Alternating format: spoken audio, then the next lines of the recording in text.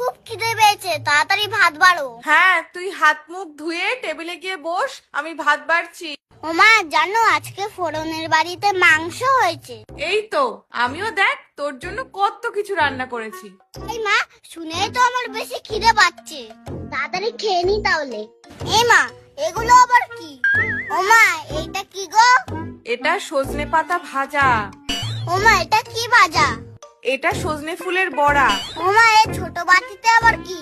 এটা হলো সজনের ডাঁটা। ওমা, এই ঝোলটা কিসের? এটা হলো ডাঁটা দিয়ে মাছের ঝোল, খেয়ে দেখ দেখি। এ আবার কি খাবার? সজনের পাতা, সজনের ডাঁটা, সজনের বড়া, পুরো গাছটাকে তো বসিয়ে দিতে পারছি, ওটা আবার বাকি রেখেছো কেন?